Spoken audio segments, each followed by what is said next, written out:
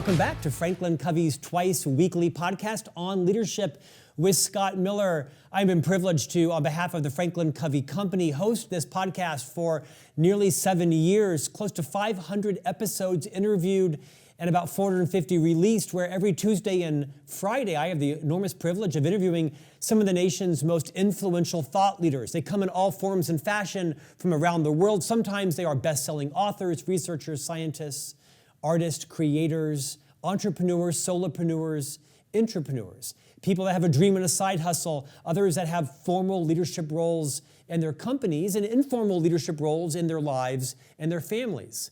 Sometimes they are world-renowned celebrities and household names, and other times they're people that are on the rise or aren't even trying to be on the rise. They've just spent their life researching something, discovering something, and in some cases, they've even experienced something remarkable or horrifying and come on our show to talk and teach through it, all designed to make you a better leader, all designed to make you more effective. Franklin Covey, of course, known as the world's most trusted leadership firm, founded in part by Stephen Covey, the author of the seminal book, The 7 Habits of Highly Effective People. Today, our guest is very personal in terms of her insights and application.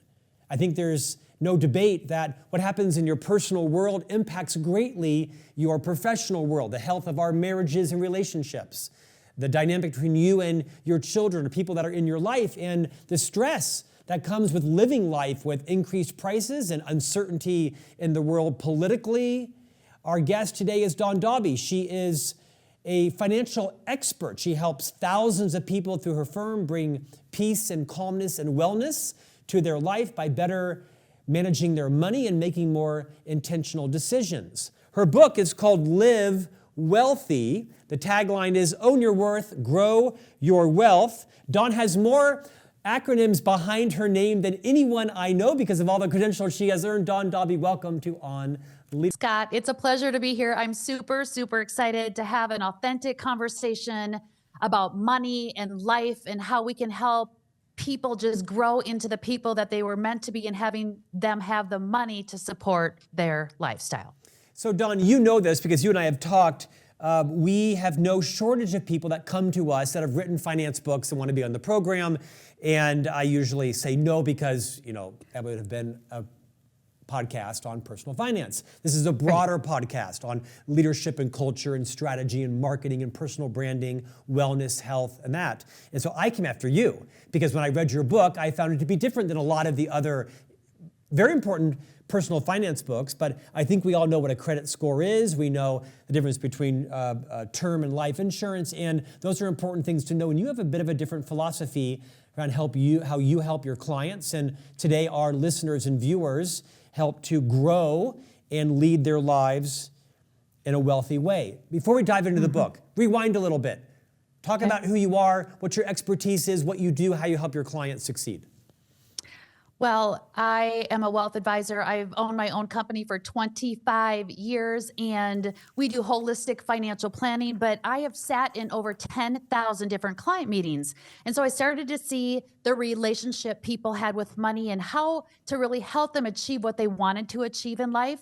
And some of the time it is getting that technical advice, but this money topic is way more broader than just that technical advice. We all have this relationship with money and how we think and how we respond to life's challenges and money challenges. And so I think it's super, super important that I was able to write this book and get this message out on how people can live well with their money. So we're going to dive into some of the unique aspects of your book in just a moment. I'm going to ambush you and do a little bit of a speed round. I'm going to ask you 3 or 4 questions, have you tell me what first comes to mind. The people who have the healthiest relationship with money have what in common? Their core values. The people who have built the most wealth through normal processes. They didn't inherit it. They didn't, buy, Berkshire Hathaway stock 20 years ago. People that have built wealth have what in common? That they have a combination of the knowledge of how to build wealth and how to save taxes. The people who struggle the most with managing their money have what in common? their belief system and the fact that they don't feel enough inside, so they tend to overspend their money. There's a correlation between external validation and debt. I'm assuming there's a correlation between wanting to look successful, maybe than feeling successful. Riff on that idea a little bit. I'm guessing, you see all these social media memes about the millionaire next doors and the kind of cars they drive, right? Honda Accord, Toyota Camry, Prius, that kind of stuff. And BMW, Mercedes, Lexus are never in the top 10 cars that the wealthiest people drive. Riff a little bit. You know a lot of people. You lead and have educated tens of thousands of people. How does someone not get trapped into the sort of Joneses next door? You want to feel successful, you want to look successful, but you also don't want to drown in car payments and purses that you can't afford. The doctor is in the house, Dawn. You say what? Yes. Well, first of all, I do like the purses. I do like the shoes. And I think if you plan accordingly, you can have those things too. But I'm also here to say that I've never met an individual that didn't externally compare their wealth to someone else. And I think it's just by nature on who we are innately as human beings is that we are constantly comparing to someone else. So, the interesting thing is that dealing with clients one-on-one for so many years is that, my job was to help them grow their wealth. And what I found is that more and more money, you help them grow their income, you help them grow their investments, but more and more and more, that more was never enough. And I found that people, even into the multi-million dollars of investment portfolios, still struggled with that enoughness. It was still about, the hustle and the grind and the struggle for more.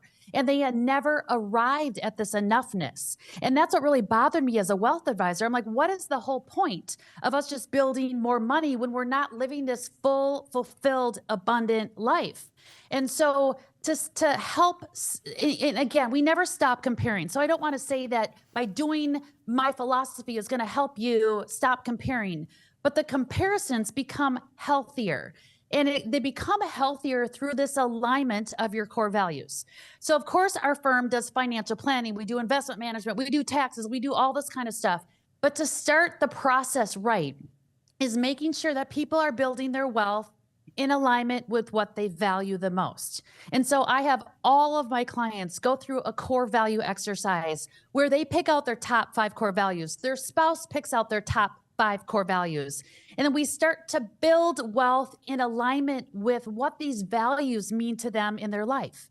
And if clients and human beings actually start to build money in alignment with these values and the meaning behind their values, then that comparison that I need more, it actually starts to dissipate because you do have enough when you build your life around who you are truly meant to be. So it's not just picking out the core values, but it's understanding the meaning behind these values and building your wealth that way. And then if someone's driving a BMW, a Porsche, and you have a Honda, it doesn't matter. Or if you're aspiring, your core value is you really want to spend money on that car, then you spend money there and you stop wasting your money on the things that you don't value most in your life. I'm guessing I'm not that unique. I have a set of core values. None of them actually relate to my financial life, interestingly. Never thought about that. I've had these values for nearly 20 years. But take someone like me. I had children a little later in life. I'm 56. I had children in my mid-40s. We have 3 sons, as you know, 10, 13, and 14. I think in the first third of my life, I would have been focused on financial success to provide me a great lifestyle. Nice car, nice home, great vacations, great clothes, very sort of, you might even say, outwardly focused. And then my values shifted to the sons, educate the sons, right? A lot of money put in education, and that's not even close to being done. I have a 4th grader, a 7th grader, and a 9th grader. I got a lot of years to go in college. Yes, you do. But I can see I'm now kind of moving through that phase, thinking about the next phase. I'll never retire. It doesn't exist, right? Between, how well my portfolio is or isn't doing, it can't outpace the cost of college right now. So I got a few $1 million coming ahead of me for college. How does someone, like me who's shifting into thinking about that last phase, right? Long-term health insurance and the cost. I see my mother in a retirement community. I mean, it's close to $6,500 a month, and it's just her. There's no memory care, no assisted living. What do you advise someone like me who's maybe later in life that's still deep into parenting, that's starting to think about, oh goodness, I mean, I got a huge storm hitting me just by aging. Any advice on things I should be thinking about or people like me? Well, the one thing you did mention is that you'll never retire. So, Scott, I know you pretty well. Because I won't be able to financially, but B, it's just not who I am as a person.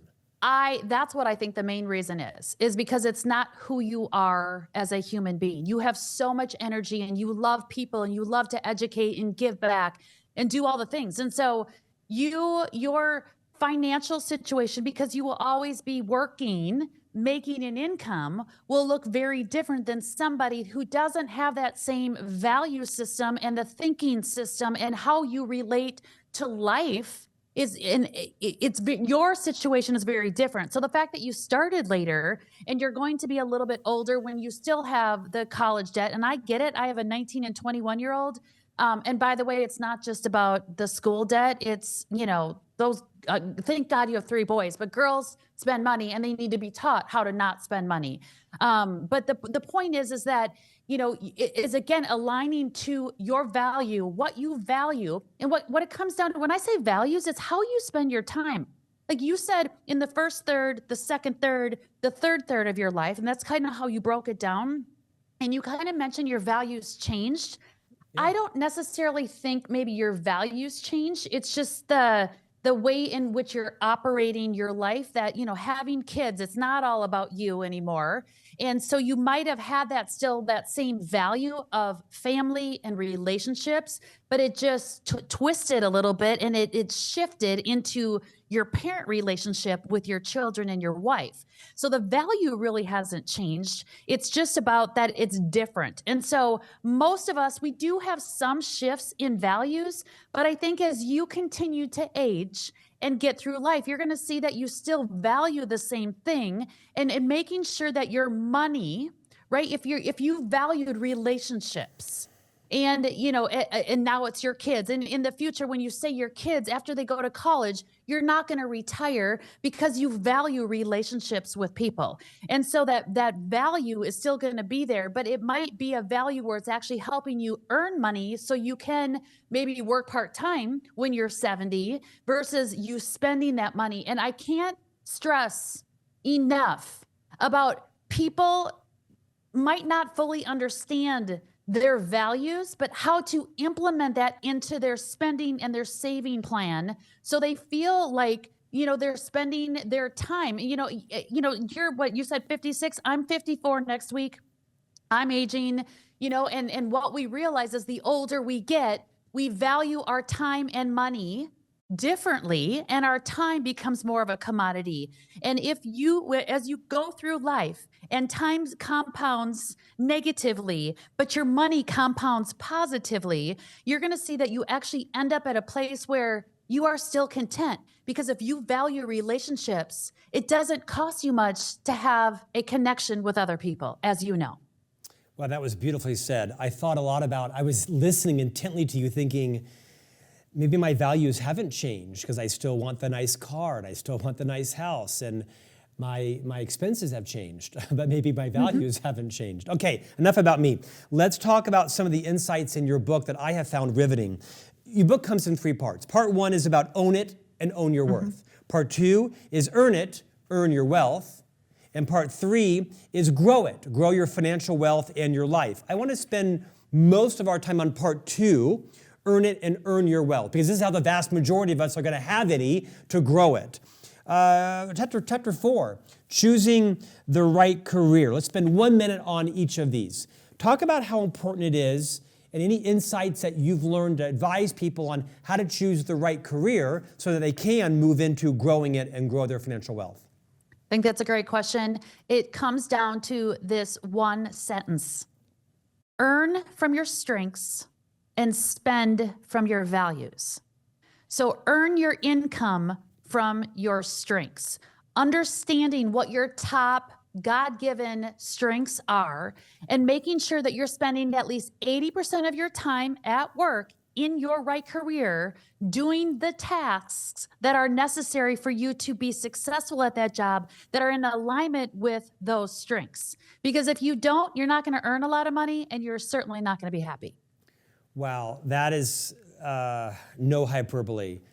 I feel like we're having a one-on-one conversation because I have several strengths and I'm comfortable saying that. I have lots of weaknesses. Everybody knows them. They write about them. They write about them on Reddit weekly, trust me.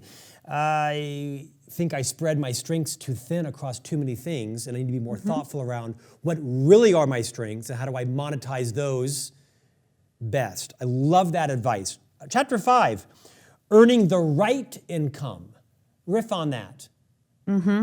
I kind of alluded to it earlier, but I've never met a human being that didn't want more money, more income. And so I think, to get us off this treadmill of chase for more and more and more, you have to earn the right type of income. That income has to support what we've already been talking about, your values and your spouse's values and your family values. And then when you earn income that supports those values, you realize that I don't need the $1 million income anymore because this is enough to support exactly how I choose to live my life. So that's the right income part, and how I help people understand through financial planning. More isn't always enough. It's having the right type of income. Dawn, what do you say to someone who is, they're in their early 40s, they've had a good career, maybe they have 2 incomes, one of the parents, or if there are parents even, maybe they're a project manager at a local company or in a municipal organization, and they have a decent job. They're earning $94,000 a year.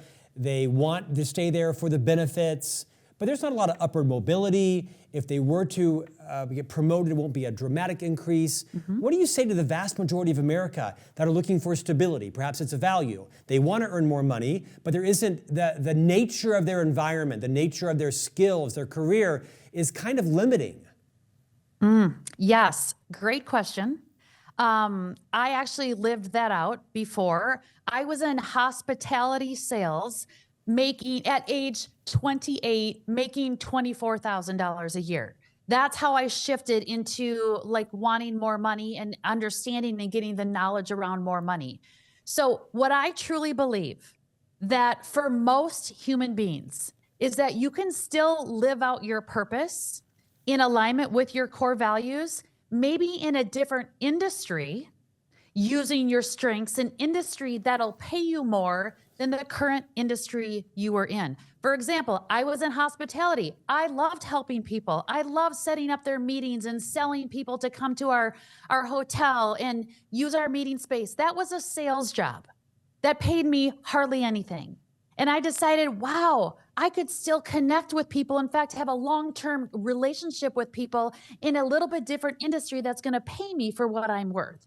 And I see this over and over and over where people quit their 9-to-5 job and say, well, this didn't hit my purpose. And maybe that job didn't, right? Maybe that position didn't, but there's multiple industries in different sectors out there where you can actually go in and still meet your purpose in alignment with those top 5 strengths and just work in a little bit different industry and still make a lot of money. Look at what I'm doing right now. I'm talking to you as a wealth advisor. My strengths are in entertainment, winning people over, educating people, being on stage, using my personality.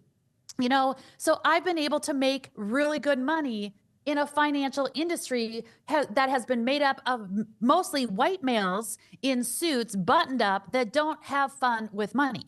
So it's possible. You just got to think outside of the box a little bit.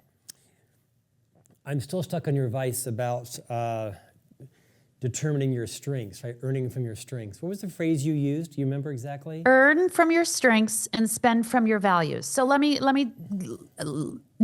expand on that a little bit. My top 5 strengths: positivity, right? I'm a positive person. I can do that in any career and any industry. My next strength is activator, which is get stuff done.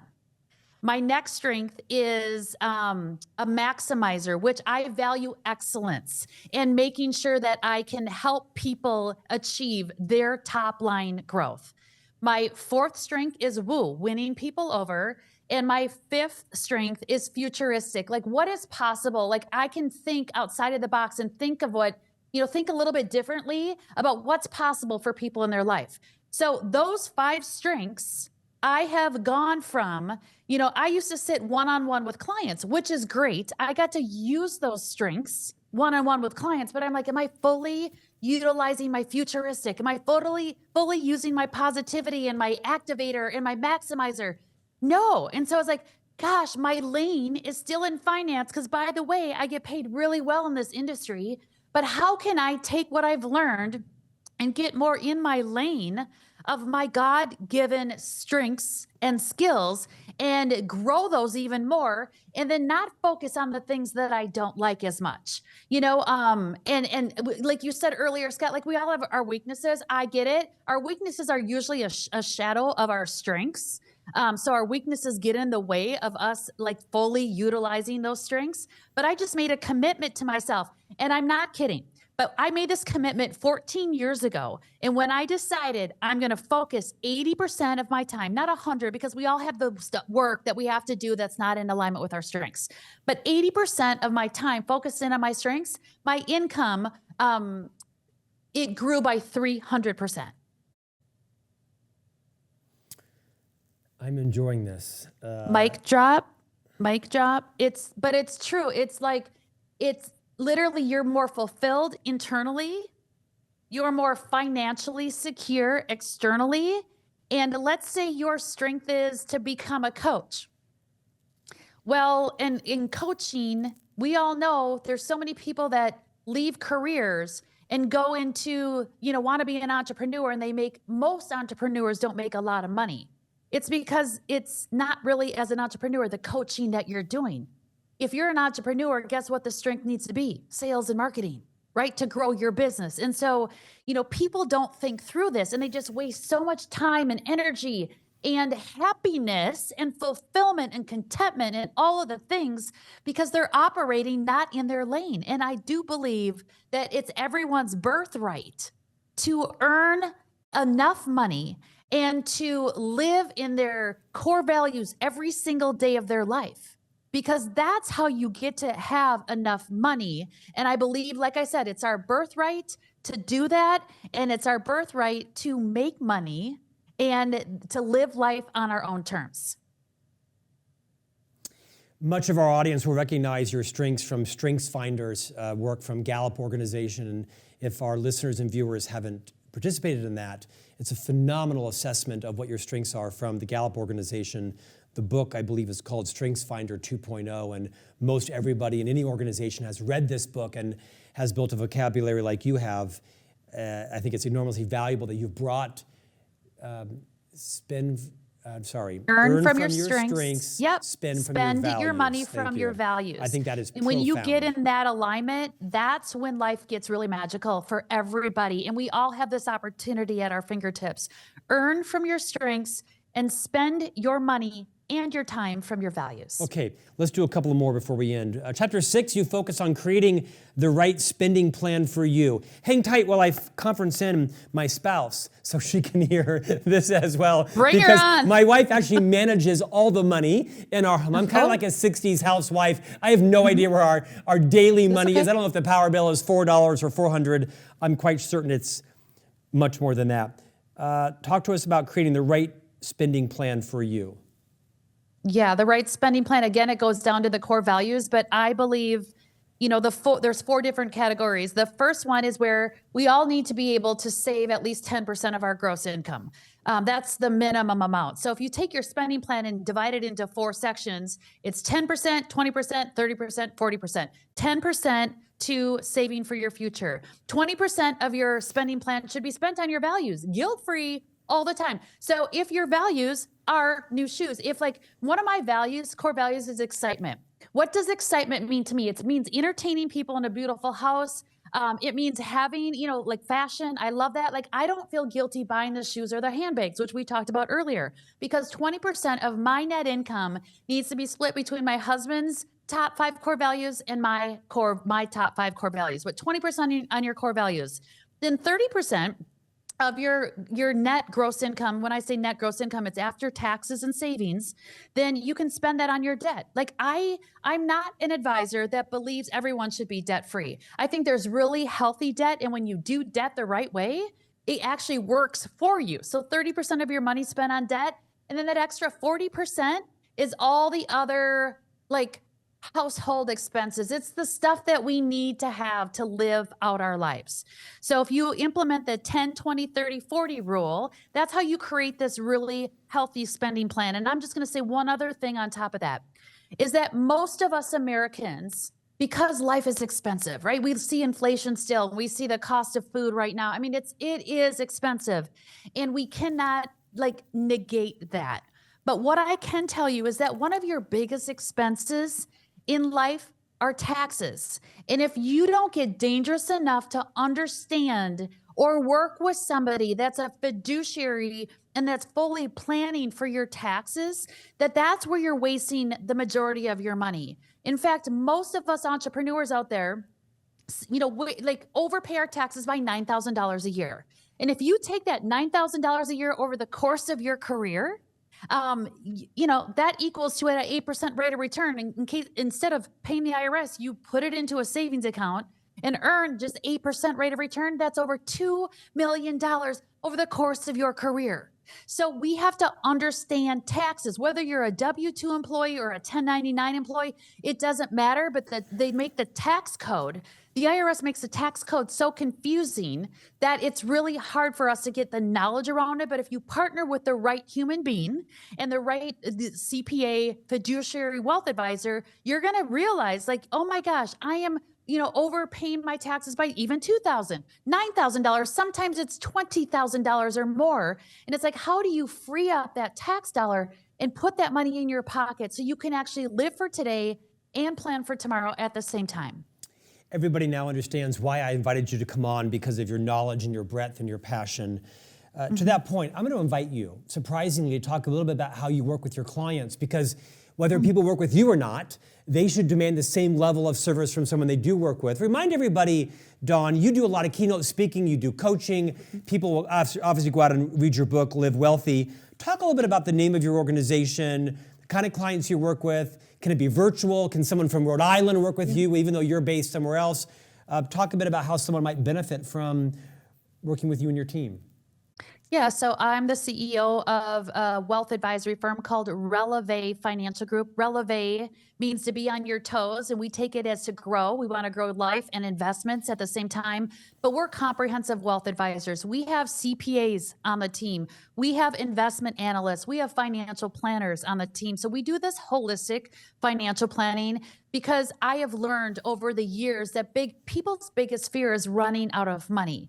And so we teach them technically how to not run out of money, and then also how to have a good relationship with money so they can arrive at this enoughness. So we help, in this Releve Financial Group firm, we typically help people that have 7 figures in their portfolio, and they get the hands-on taxes and all that kind of wealth management services. But my true heart is in helping the non-millionaires. So 6 years ago, I created a platform called, just what the book is called, Live Wealthy, which brings in anybody, no matter where they are at in their financial journey, whether they're just in heaps of debt, or they're confused, or they're overspending, or they just have built a little bit of a retirement nest egg, but they don't know who to trust and who to turn to get true fiduciary advice. So we have a platform that serves anyone and everyone, no matter where they're at in their financial journey. Your book is excellent. Your energy is contagious. Your passion is inspiring. I'm delighted that you joined us today. Let's end with a couple of, again, practical takeaways. What are some of the 2 or 3 things? I just like asking practical questions at the end, because people want to go do something immediately, right? Not everybody can save 6 months of their salary for an emergency. I hate that advice. because people can't even buy eggs right now. They're so expensive. I know no one that can just all of a sudden build a 6-month nest egg. It's good advice. We all should do that. And we're going to buy eggs tonight, right? And the kid needs money for her pencils tomorrow. Give us 2 or 3 things, either mindsets or skill sets or tool sets you'd like everybody to have in mind to own your worth and grow your wealth. Well, I would first of all say that the mindset is all about the belief. We inherit our beliefs about money by the time we're age 6. So I would encourage everyone today to take a look at what belief they're holding on to about money that they've inherited from their parents and their grandparents, first and foremost. And if it's a belief that's not serving you, you need to update that. I would say, secondly, you need to get in the right type of strategic, the right type of strategic, proactive tax planning, because your biggest expense are taxes. And once you figure out how to minimize those taxes, you start to be able to free up some money so you can live. And I would say third, it's all about that financial plan, because I don't care what wealth level you're at. I don't care if you have nothing or you have $1 billion. Most people worry about this fear around money. And when you have a financial plan that allows you to be in control of your decision making, it allows you to create financial standards in how you behave today. That financial plan will guide you and help you make those decisions that are on the right path for you and your wealth. And knowing that more is not actually better, but we want you to have enough money so you can be enough internally and have enough financially. And not to mention the redirection of genius and ingenuity and passion that can be redirected into making money and having fun and not being stressed over your current and future finances. Imagine the amount of liberated energy and passion that could come from having the peace of mind that you have a plan. Don Dahlby, your book is Live Wealthy, Own Your Worth and Grow Your Wealth. Pronounce the name of your company. Spell it out for us and the name of your website, if you would, for us, please. Yes, it's Releve, RELEVE, Financial Group. Don Dahlby, thanks for joining us today. Best of luck with you. Look forward to having you back on for your next book. Thank you. And we'll see you back here next week for a new conversation on leadership.